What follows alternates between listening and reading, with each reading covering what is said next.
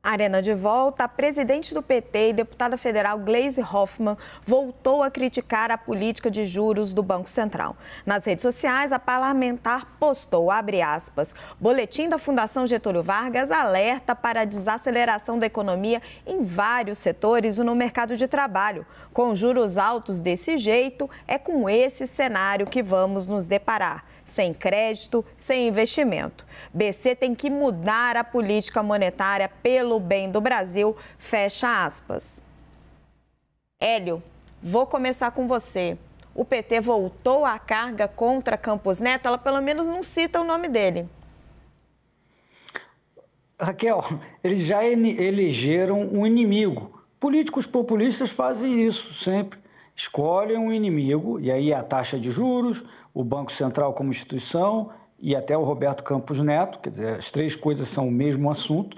Um inimigo, para que as pessoas não prestem atenção nos insucessos do governo. Está sempre ali esse inimigo. Agora, o que adianta baixar a taxa de juros na marra? A gente tem um regime de metas de inflação. A meta de inflação para esse ano é de 3,5% e o teto da meta de inflação é de 5%. As projeções já estão em 5,90, Raquel, e vem aumentando. Isso significa que não tem espaço para a redução dos juros da Selic. Eu sempre estou me referindo aqui aos juros de curtíssimo prazo, que é o que o Banco Central determina, porque o que importa para a economia são os juros de mercado, de médio e longo prazo. Mas os juros de curto prazo não têm espaço para serem reduzidos, enquanto o mercado está dizendo que a inflação continua com previsões de alta. Por que está com previsão de alta? Por causa do fiscal, das contas públicas desorganizadas. Então, se você baixa, que não vai acontecer, ainda bem, porque o Roberto Campos Neto não vai fazer isso, se você baixa artificialmente a taxa de curto prazo, a inflação vai desancorar ainda mais do que está desancorando.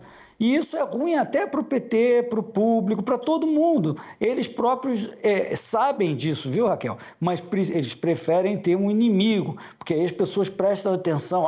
Então o problema todo, o cerne de todos os problemas do país é o Banco Central e o Roberto Campos Neto, que se recusa a baixar a taxa de juros. Não vai dar certo nada disso. Clarissa, recomeçou ou a Gleisi ainda está fazendo ali o papel do bad cop e o Lula vai continuar quieto? Na verdade, eu acho que nunca parou. Para mim, ficou muito claro no decorrer das últimas semanas que o objetivo do PT, do governo Lula, com toda essa discussão a respeito dos juros, não é forçar uma redução da taxa de juros no curtíssimo prazo. Eles não têm essa ilusão. Todo mundo com quem eu converso sobre esse assunto acaba transmitindo um pouco essa ideia. Qual que é a ideia? A primeira, falando de tira, como você falou, é ter o tira bom ou tira mal. Gleisi Hoffmann foi escolhida para ser o tira mal. Então, ela bate para que Fernando Haddad possa ir lá, passar a mãozinha na cabeça depois, fazer um carinho e aí fica na amizade com Roberto Campos Neto. E aí a relação entre os dois acontece de maneira muito mais harmônica. A gente viu isso acontecer, por exemplo, na entrevista que Roberto Campos Neto concedeu ao programa Roda Viva e nos dias seguintes, a forma como ele e Fernando Haddad passaram a trocar recados públicos de uma relação absolutamente harmoniosa entre o governo federal e o Banco Central. A partir da hora em que fica Gleisi Hoffmann batendo, Fernando Haddad vai lá e põe panos quentes na discussão, mantém essa relação mais próxima de diálogo com Campos Neto. E aí, na outra ponta, um pouco é o que o Hélio falou. Tem um objetivo muito claro ali de apontar um culpado, escolher para onde apontar o dedo no momento em que determinados problemas na economia venham a persistir.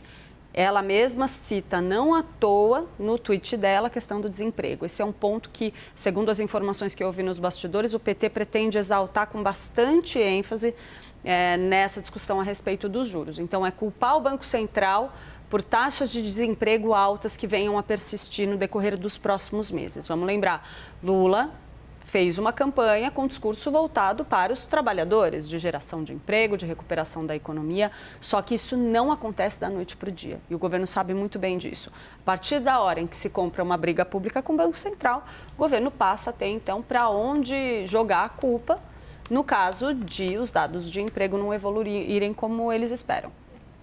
Joel, nós sabemos que existe uma preocupação, principalmente dentro do Ministério da Fazenda, em torno, no governo federal também, acho que em outras áreas, de que esteja ocorrendo uma espécie de crise no crédito. Por conta do caso Americanas, por conta da alta da taxa de juros, a gente tem outras empresas de varejo com problemas. O PT está usando todo esse caldo para justificar medidas de gasto fiscal como o reajuste do salário mínimo, o reajuste da tabela do imposto de renda, está para sair o programa Desenrola Brasil. Você tem um jogo aí de economia e política sendo montado? Olha, eu não tenho a menor dúvida que com uma política monetária bastante rígida, a única alternativa que sobra para o governo é o fiscal. Mas me parece que o Ministério da Fazenda tem bastante clareza também de que o fiscal também tem limites. Então, a grande vitória fiscal para o governo veio na passagem da PEC da transição. Isso aí abriu um espaço para ele nesse ano e ele vai usar. Não deveria, para a economia, para as nossas previsões de juros e de inflação, não foi bom, porque foi muito maior do que o necessário, mas enfim, o governo usará isso. Agora, na relação com o Banco Central, tem duas possibilidades diferentes. Uma é que o governo realmente queira ou a saída do Campos Neto, porque se cansa e sai, abrindo espaço para uma outra nomeação, ou que mude-se a meta de inflação, ou mesmo que o Campos Neto acabe cedendo e mude a Selic já na próxima reunião. Isso seria um tipo de objetivo. Outro objetivo, que na verdade é antagônico a esse, é ter a quem culpar pela desaceleração econômica. Se o governo está querendo ter a quem culpar, então é do interesse dele que a política monetária não mude. É do interesse dele que o Roberto Campos Neto continue fazendo o bom trabalho que ele vem fazendo até agora. E quando eu vejo que a carga de ataques ao Campos Neto passou a ser uma fala da Glaze, que nem do governo é PT, e ainda por cima, em tons muito mais amenos do que a gente estava vendo algumas semanas atrás, parece que o governo aceitou e parece que era isso mesmo, como a própria fala dela diz. É um bode expiatório, é alguém para se culpar, é alguém para ajudar a fomentar a narrativa política que o governo quer criar e quer embasar nos próximos meses de que se a coisa economicamente não for tão bem quanto se esperava, bom, o Lula bem que tentou, mas o Roberto Campos Neto não colaborou e por isso a gente está sofrendo todas essas dificuldades. Se limitar a isso, não é desastroso para o Brasil. É uma jogada política do governo. Infelizmente, essa jogada política, quando o ataque vinha do próprio governo, cobrava um preço, e um preço até mais alto, porque gerava instabilidade, mas vindo da Glaze, da presidente do PT, uma crítica genérica ao Banco Central, eu creio que mesmo esse dano de credibilidade, de instabilidade, mesmo isso é muito reduzido agora. O que não pode e o que realmente é ruim para o país é quando a gente vê o presidente da República comprando uma guerra pessoal com o presidente do Banco Central. A Glaze tem muito poder dentro do governo, mas sem dúvida é muito diferente de uma fala, um ataque direto do Lula.